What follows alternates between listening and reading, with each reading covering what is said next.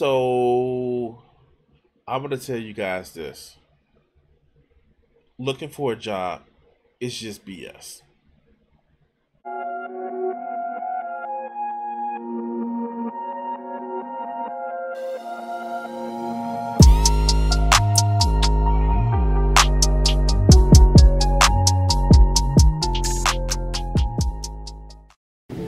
I want to say thank you to all of my Patreon supporters who help support the channel.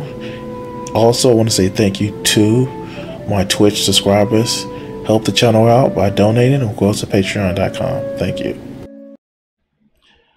I have been working most of my adult life. I got my first continuous real job at 19. No, it was 21. It was 21. And I've been consistently working since then. Now, having been times where I've been like off for like 3 months, maybe less. Yeah. But, consistently working. And I've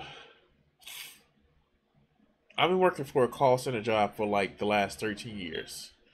And now I am my current job that I'm going on 2 years. And I learned a long time ago that when you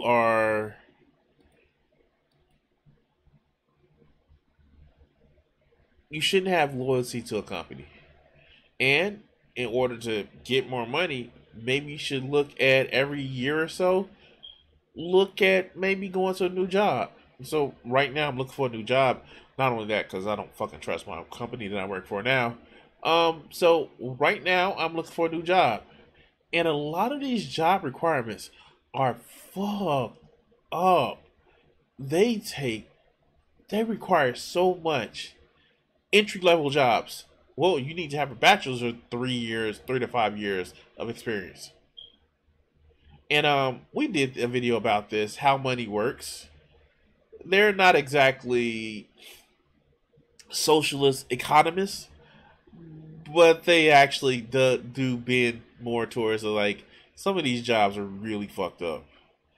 So let's see what they have to say about why entry level jobs need 3 to 5 years of experience. Let's go. Stop me if you've heard this one before. An entry-level job paying $8 an hour with no benefits at an unremarkable company. Oh, and they want you to have at least 3 years experience in a similar role and preferably a master's degree. Why the Yeah, exactly. This shit happens. There are literally things that this happen.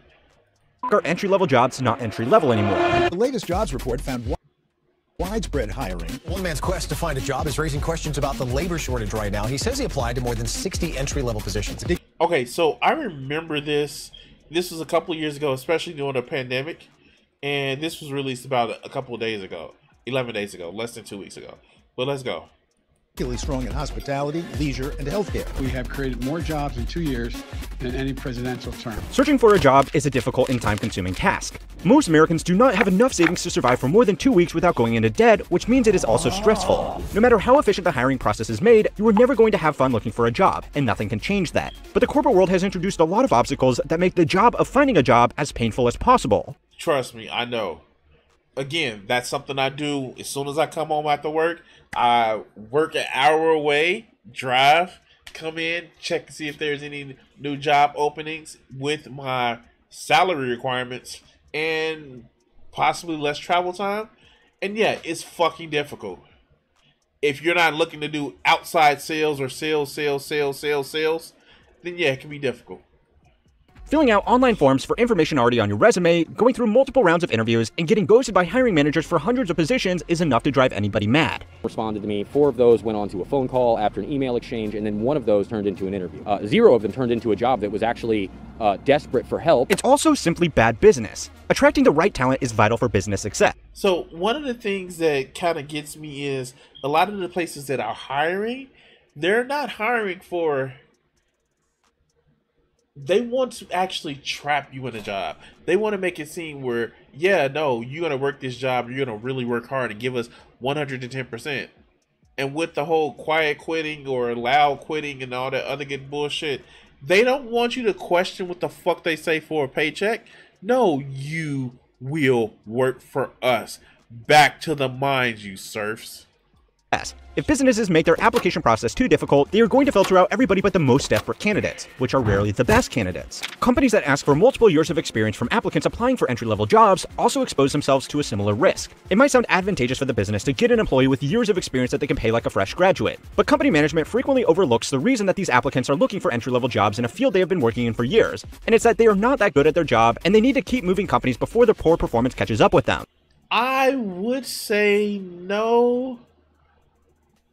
Especially with the job market right now, sometimes yes, definitely sometimes yes, sometimes they're disillusioned.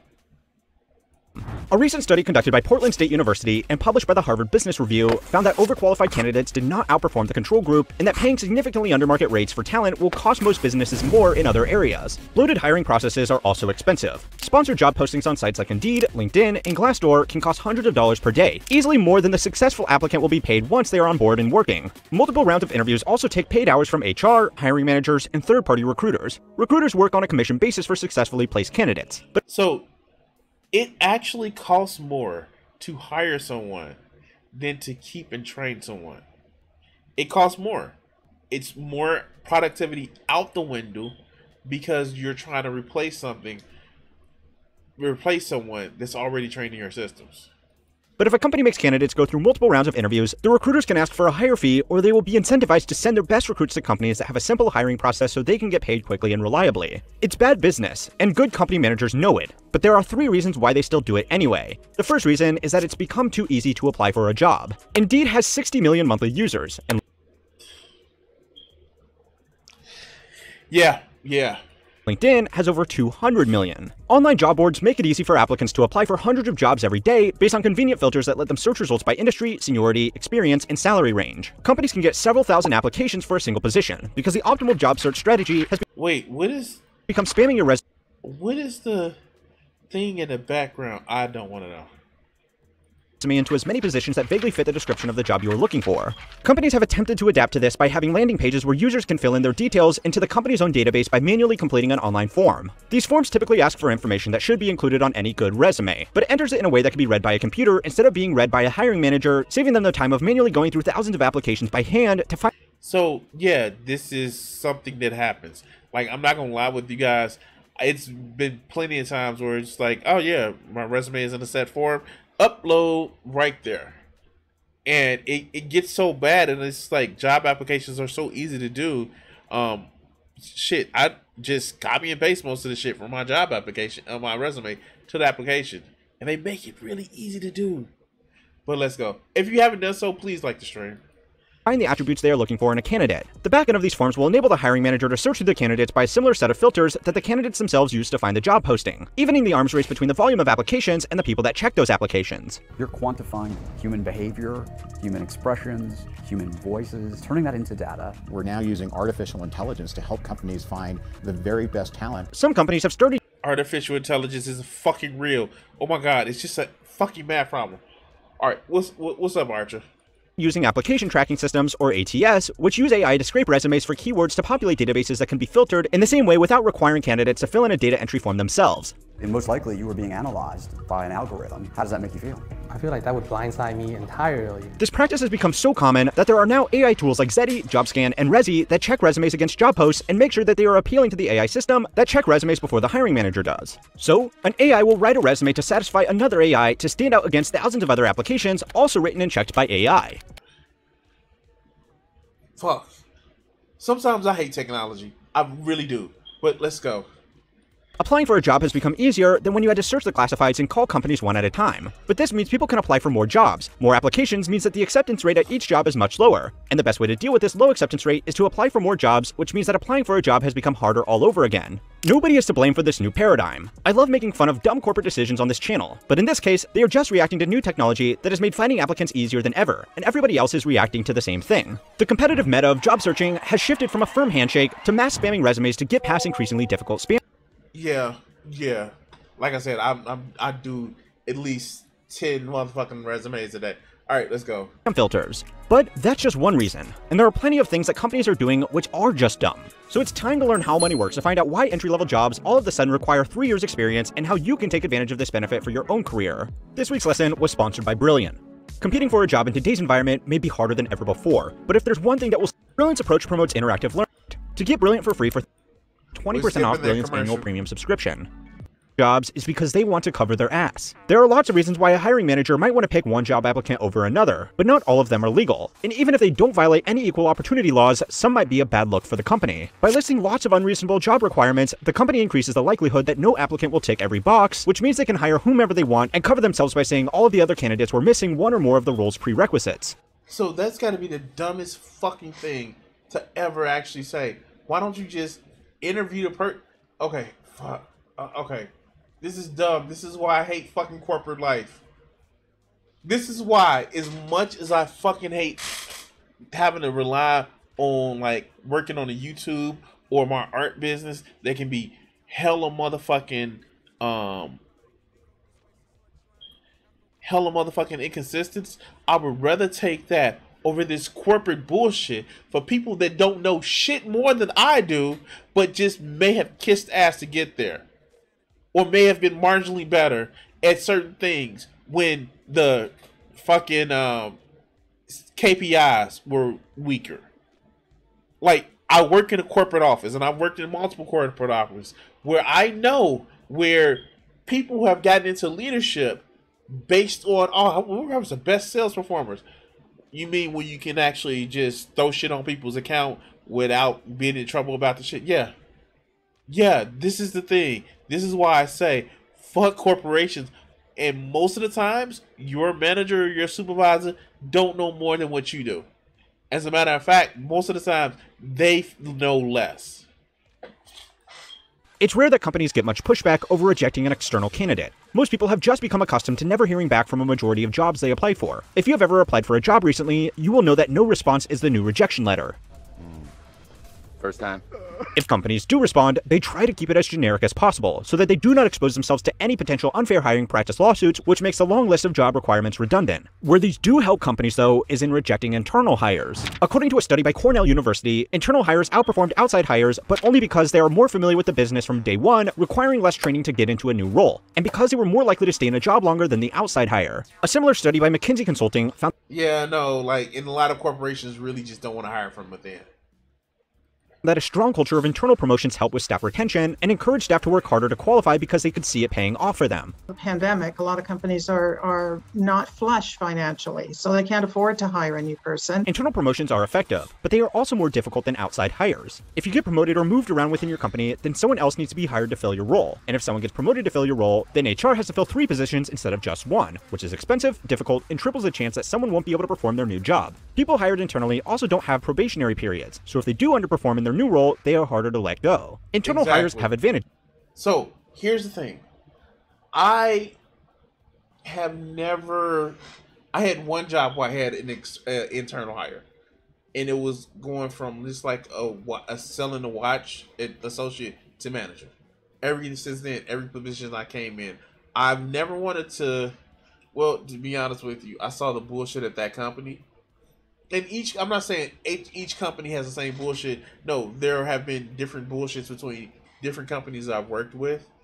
And that's why I find it hard myself to actually move up. But, that's just me. But let's go. But external hires are easier and present less risk. If a company has no strong internal candidates for a new role, but it doesn't want to lose the benefits that come from occasionally promoting people from within, then the most effective strategy for them is to increase the job requirements so they can tell their existing staff that, unfortunately, they don't qualify based on the job's criteria. I know I say it a lot, but this is another reason why the best thing you can do in your career in your early years is to consistently apply for new jobs that are better than the one you currently have. Workers that change their jobs every 2 years earn on average 50% more than their colleagues who show loyalty to a company. Sticking around might get you a promotion, but there's no way to know how long it will take for other people to move out of their positions. The fuck? Look at Santa. Look at Santa. Having experience at different companies is also more valuable to new employers than long-term tenure at a single employer. When employers ask for 3 years experience, they are often satisfied with candidates that talk about dealing with similar challenges in different industries. So you should apply anyway and just have some kind of experience to talk about, even if it's not doing the same job or even a job at all. And that's a third reason why employers make job requirements that are so out of touch with the job they are offering. They want to see how applicants deal with the challenge. There is an old saying in business that even if you are not in sales, you are in sales. Most people do not have jobs that require cold calling a list of leads to generate revenue, but those soft skills are still important in every job. Yeah, this is actually true. But again, I fucking hate sales. I fucking hate sales. I fucking hate sales. One, because yes, you can present all you want, but you really don't have control over sales. And anybody who says you do, you do have some concerns. You can put your best foot forward, and maybe because I'm used to I'm actually used to selling, but sales isn't as easy as people think it is, and it is also not as, oh well, you didn't buy, yeah, okay, let's move on to the next. Yeah, no, sales is strenuous. Dealing with difficult customers, difficult coworkers, being able to present a strong argument, or simply showing empathy for a client's needs are all skills that can be demonstrated by an applicant when they are questioned about a shortcoming of their qualifications against the job requirements. If you're in a job interview and can provide a strong response to a question like this that eases the interviewer's concerns without disregarding them, you will probably end up doing better than someone who didn't even have that experience gap. If you can deal with an interviewer's concerns, then you have clearly demonstrated that you can deal with the other challenges as they are presented to you. A skill that is— oh my god, that shit, no, stop. This shit right here, I'm about to fucking cringe. You can deal with an interviewer's concerns, then you have clearly demonstrated that you can deal with the other challenges— yay! I'm sorry, fuck. as they are presented to you. A skill that is worth more than anything you can write down on a resume. And that's the fourth reason. Some managers do know what makes a good hire, but most don't. People are promoted into management positions based off having experience in a subordinate role. Managers— exactly! I was just saying this shit! Alright, let's go. are therefore naturally inclined to believe that when it comes to hiring someone, more experience is more better. It's a reasonable assumption that someone that has practice in a role should be better than someone with no practice. In fact, I said it at the beginning of this video, and you probably just accepted it. But corporate roles in non-technical fields change so rapidly today that the benefit is negligible. A 30-year-old study conducted by the Internal Congress of Applied Psychology in Madrid found no strong correlation between experience and job performance. Since this study was published, follow-up studies including a publication from the Harvard Business Review in 2019 found the same thing. Most corporate managers do not read journal articles about statistical correlations between hiring parameters and job performance. Most go off their own experience, which is the value of experience. They do the same for other job requirements because the safest move for them is to find a candidate that ticks the most boxes. Experience can help a business, but so can new ideas, and neither is more valuable than the other. In fact, if it wasn't for an enthusiastically inexperienced employee— wait, whoa, is that Super Mario All-Stars in the back? It's Super Mario All-Stars. Oh, I'm sorry, I just geeked out a little bit. I'm sorry. Alright, let's go. Nintendo might still be a taxi company and proprietor of a love hotel. I'm not kidding. Go and watch my video over on How History Works to learn about the really weird 130-year history of Nintendo, and remember, if you want to get these videos a day early and read high-quality— alright, so that was actually an entry video. So if you're out there looking for a job, and you see entry level, $5.25 an hour, 6 years of experience, and be willing to sell your firstborn child, then you know why it's like that. Anyway, this is an intro video. Thank you for watching this clip. Like, share, and subscribe, and all that other good shit. Remember, trying to hit 1,000 subscribers by October 1st. Thanks. Thank you for watching this video. And the next one should be popping up on your screen. Subscribe, and if you haven't checked it out and want to help out the channel, check out my Patreon. Thanks.